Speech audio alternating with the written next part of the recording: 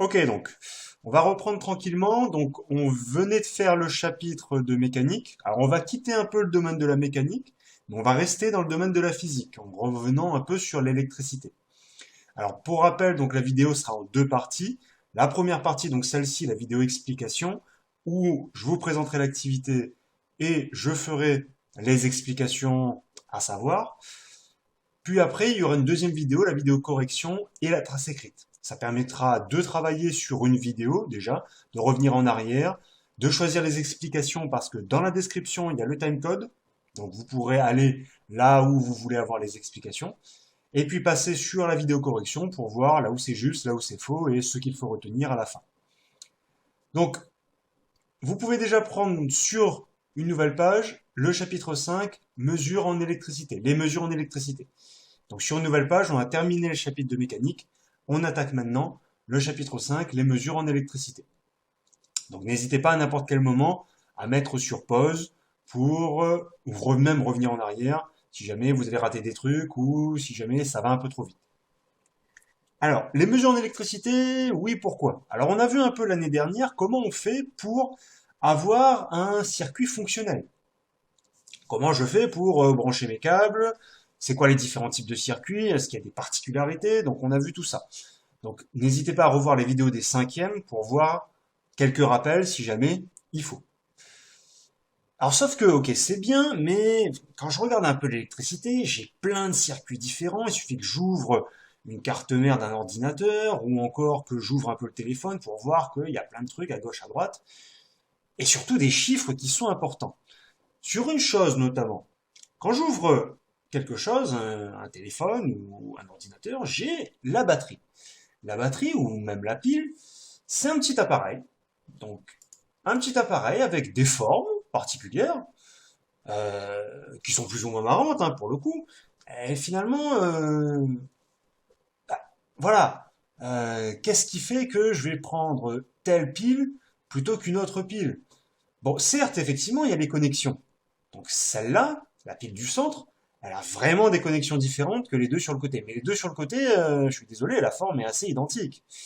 Et pourtant, il y en a une qui est un peu plus particulière à manipuler. C'est-à-dire qu'il faut faire attention parce que finalement, il y a des choses, outre la forme, c'est pas que la forme qui va dicter est-ce que je vais choisir telle ou telle pile, telle ou telle batterie. C'est d'ailleurs pour ça que très souvent vous entendez, bah voilà, fais attention parce qu'il y a telle batterie qui va pas s'adapter sur tel appareil. Ah ouais, fais attention, moi j'ai tel ou tel chargeur. Voilà. Pourtant on a les mêmes connexions. Alors comment ça se fait que parfois je prends une batterie, je la mets dans quelque chose, c'est l'électricité, normalement. Donc à la base, c'est censé être nickel. Or manque de bol, il peut y avoir pas mal d'accidents si je me foire. Donc il y a des choses en fait des points particuliers, des mesures, des chiffres particuliers qui me permettent très facilement de savoir est-ce qu'une batterie s'adapte sur un appareil particulier. Est-ce qu'il pourra bien fonctionner? Est-ce qu'il donnera suffisamment d'énergie électrique? Et est-ce qu'il n'y a pas risque de gros dégâts, que j'abîme mon appareil, voire pire, mettre le feu à mon appareil? Ça serait dommage. Alors, si je reviens justement sur les batteries, il y a trois batteries différentes. Outre la connexion, je répète, hein, oui, la connexion c'est différent. Il y a quelque chose qui change entre toutes ces piles. Une information, un chiffre, d'ailleurs justement, c'est pour ça, on donne ce chiffre-là, ça permet de savoir, voilà, à quelle utilité, à quoi, pardon, va me servir ma batterie, dans quel cas, pardon, je vais pouvoir l'utiliser, voilà. Et ce chiffre, c'est le petit chiffre qui est là. Et ouais. La particularité, c'est que si on regarde les trois piles, il y a une information. Alors, je vais déplacer le cercle. Il y a une information qui revient pour chacune des piles, un chiffre particulier, et qui change même drastiquement. Celui-là. 1,2 volts, 9 volts, 12 volts. C'est d'ailleurs justement, c'est souvent ce qui est écrit en gros quand on achète une pile. Sur l'emballage, vous avez directement cette information-là qui est affichée en gros. Ça, c'est une information importante. Mais la question, c'est d'où je sors ça? 9 volts, 1,2 volts, c'est un joli chiffre, certes. Bon, Mais voilà, je prends une batterie. Souvent, par exemple, les batteries ou les batteries que vous trouvez dans des manettes, par exemple, bah, c'est des batteries, il n'y a pas l'indication dessus. Ou alors, faut regarder, c'est en tout petit, c'est caché. Comment on fait pour récupérer cette information-là rapidement? Bah, je vais vous montrer, je vais passer un instant sur la caméra pour vous montrer un nouvel appareil, l'appareil de mesure qu'on utilisera cette année et qui permettra notamment de faire des mesures en électricité, de mesurer la quantité d'énergie électrique que je vais utiliser. A tout de suite. Alors voilà, il y a un appareil de mesure qui me permet en fait de mesurer toutes les grandeurs qui sont liées à l'électricité, tous les chiffres qui me permettent d'avoir une approche sur le fonctionnement des appareils. Et ça c'est quoi?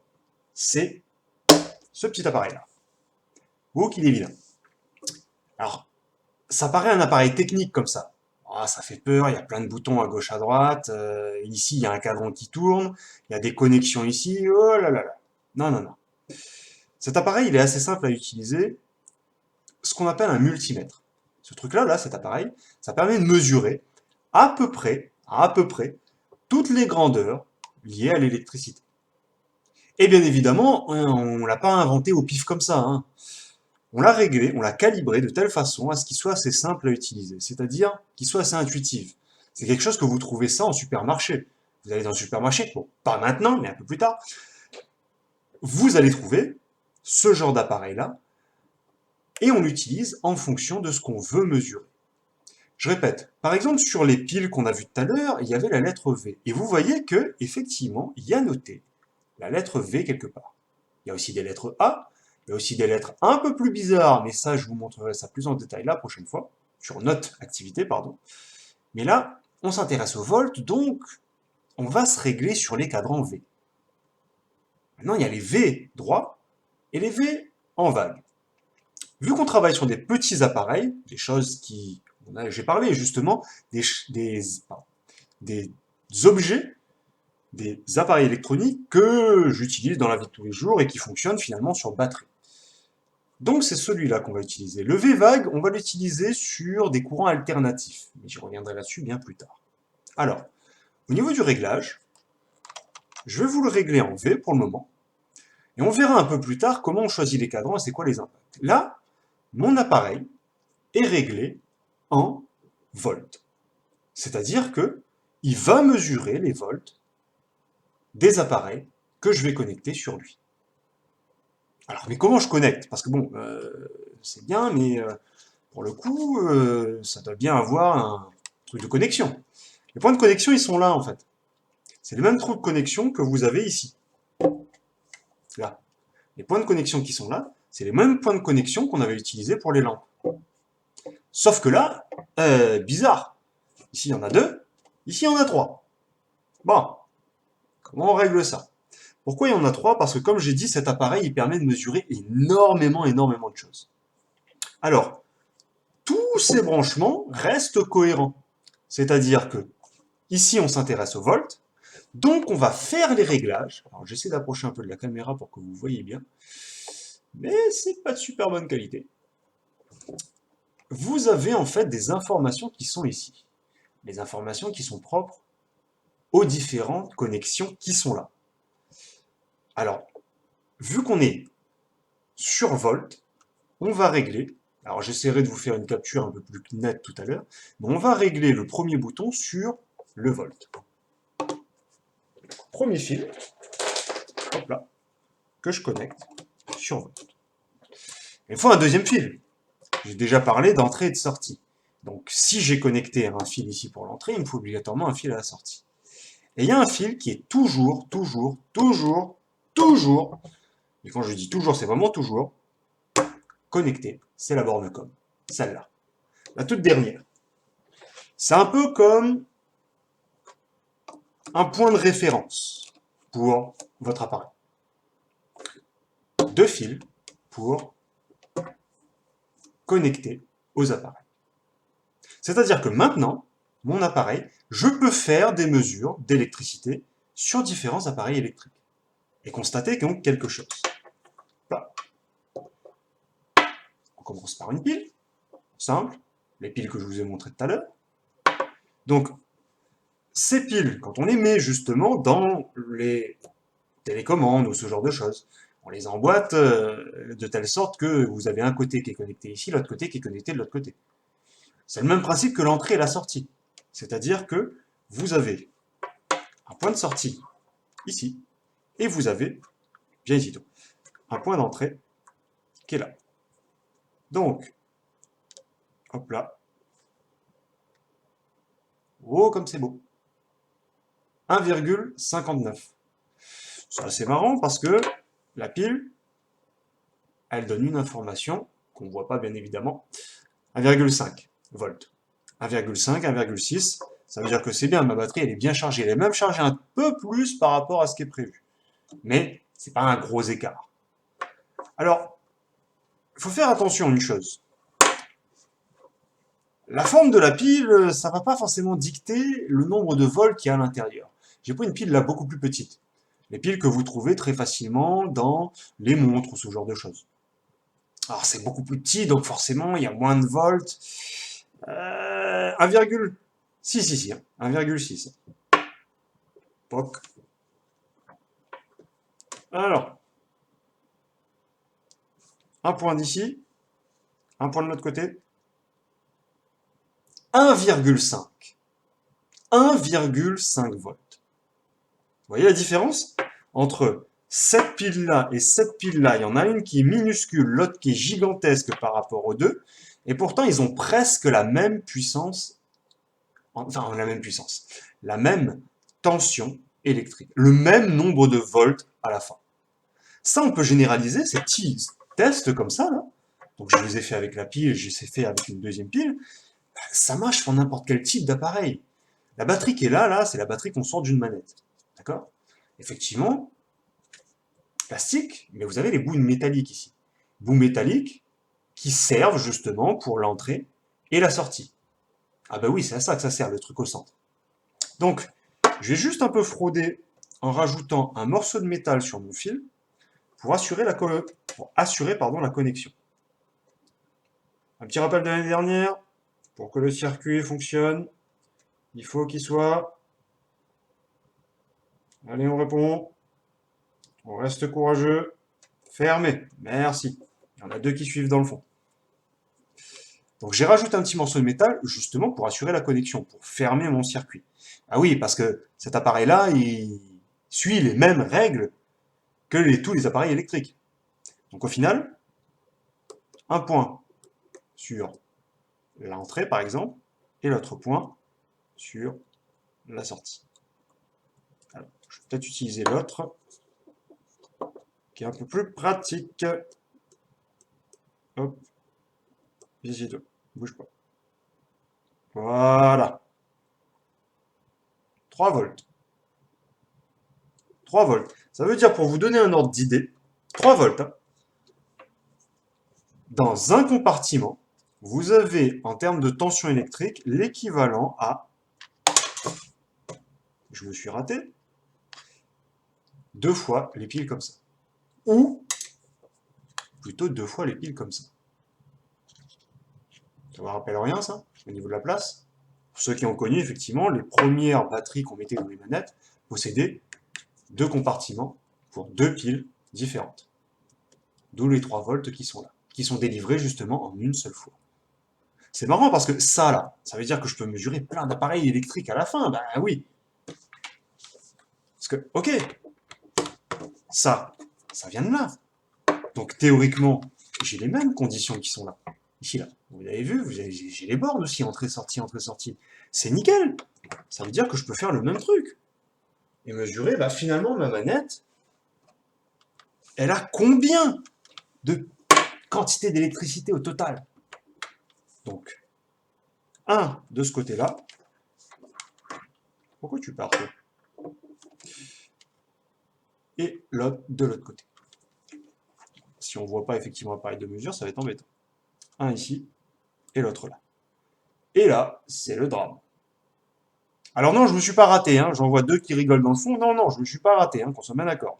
Non, c'est une particularité. Regardez ça. J'ai fait les tests sur les piles tout à l'heure. Et ça, je peux faire sur n'importe quel type d'appareil. Là, j'ai les deux points de connexion. Techniquement, je pourrais mesurer le nombre de volts de n'importe quel appareil existant.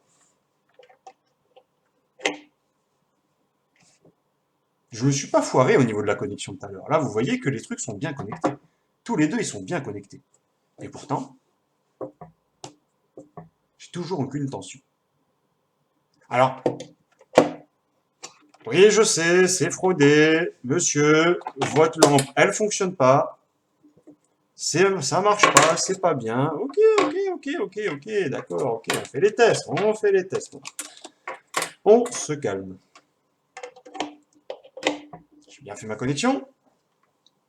On ferme le circuit, justement, pour faire passer l'électricité, parce que là, je signale que l'électricité, si elle passe ici, elle ne peut plus rejoindre la pile, c'est embêtant. Donc, je ferme le circuit.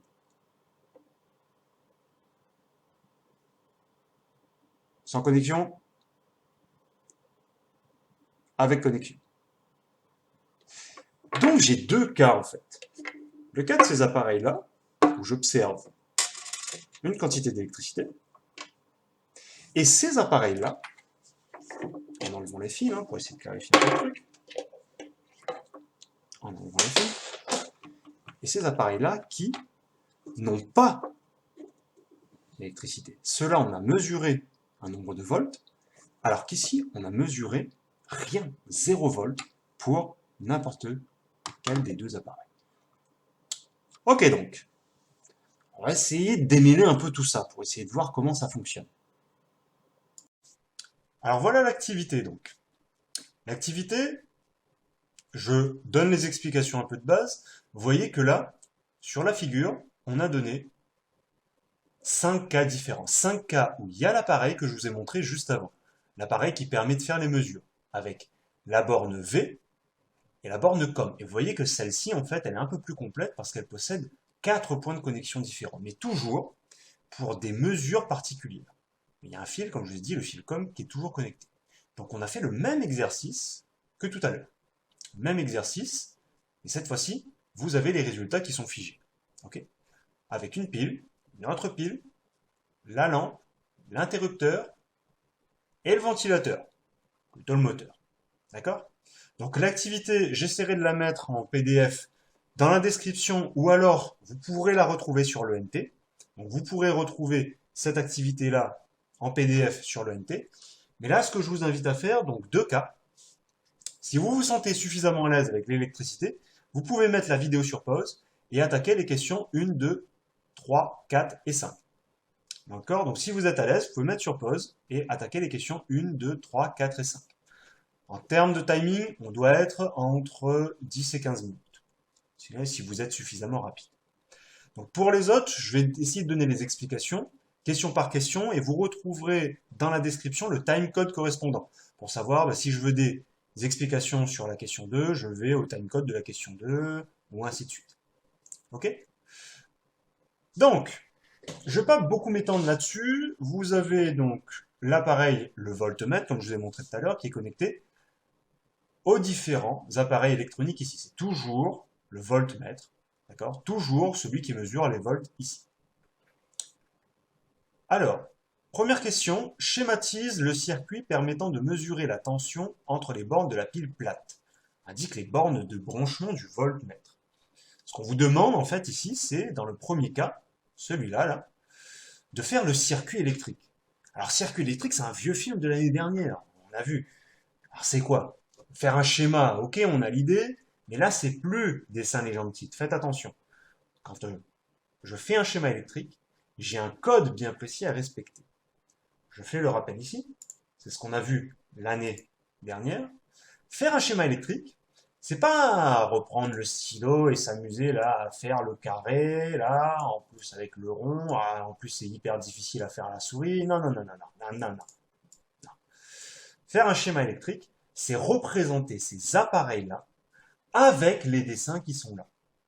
Donc je répète, ce qu'on vous demande, c'est de faire le schéma de la pile plate. Le schéma de la pile plate, c'est lequel ici? Ça, c'est une pile ronde, qu'on soit bien d'accord. Commencez pas à me dire que c'est plat. Ça, c'est rond, ça, c'est un cylindre. Pile plate, c'est quelque chose qui est à peu près plat. Et qui est une pile. Ça aide.